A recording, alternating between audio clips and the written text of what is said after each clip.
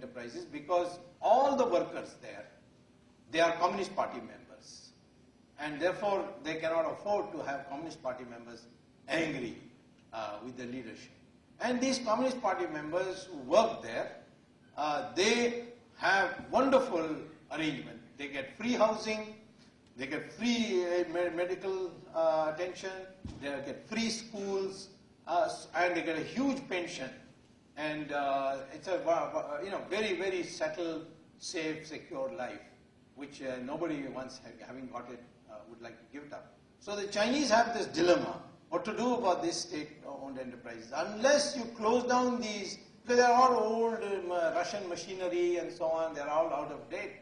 They can't compete. Their goods are not very, very much in demand. But still, they have to keep going because the Chinese cannot afford to have their workers, which is now numbering in millions, to come out on the street. Because those workers who come out, they can't be employed anywhere else. So therefore, they have to back them and keep them. So this is another.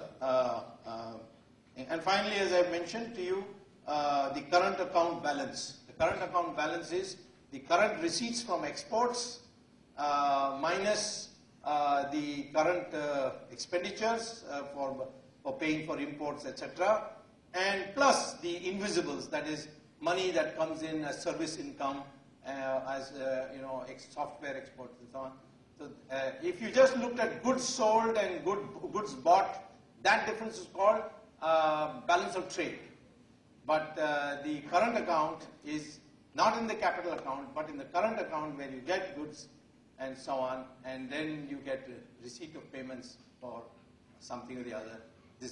This would be included, and that current account percentage in India is presently running at 2%. Now it's climbed to 3%.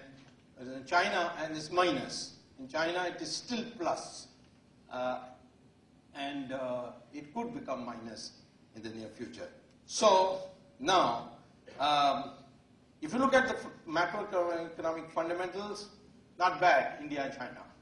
If you look at the structural parameters, overall okay, but some of these ratios have to be rectified. If you look at the institutional quality, there you find a fundamental difference between China and India. India's institutions are much better. The Reserve Bank is much more independent. The SEBI is largely independent. We have got lots of institutions. China doesn't have those kinds of institutions because it's been a communist country, and therefore one institution merges into another and ultimately goes to the party. So therefore, in the case of the Chinese case, the institutional quality is poor, and that is really going to hamper the recovery process. India, if you have a crisis, you will recover, and you will recover reasonably well. And we have in the past, in many crises, we have recovered very well. And people thought, in 1965, there was a huge food crisis because the rains, there was a total drought in the country. And there was a big drop in the food grains production. And India was in a terrible misery. Didn't have enough food, and there was specter of starvation and so on. Of course, the Americans sent some wheat under PL 480. But the fact of the matter is, not one single death due to starvation, famine death took place in India. Somebody may have died of disease because he couldn't afford a medicine, but not because he didn't have food to eat, enough food to eat. And India managed it very well because its system, its managerial system, this bureaucracy, its railways, all that went into operation, and we were able to do it.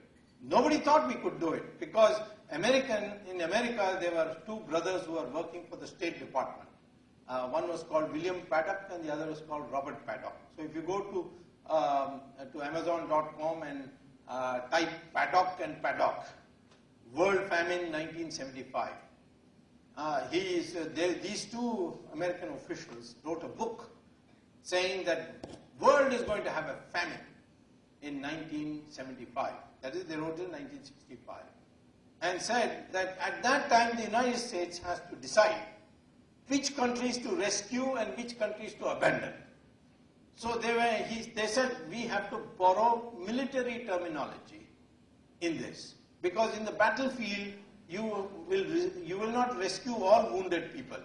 Some wounded people, those you think are anyway going to die, by the time you carry them, you abandon them. So they classified countries according to the rescuable countries and non-rescuable countries, and India came under the non-rescuable country. India is a bottomless pit. Even if the entire production of the United States is given to India, even then it will not be enough, and India is doomed to starvation. Not only that, there will be food riots in which cannibalization will take place in India. Indians will start eating each other. No, it's all in a book written by US government officials. And at that time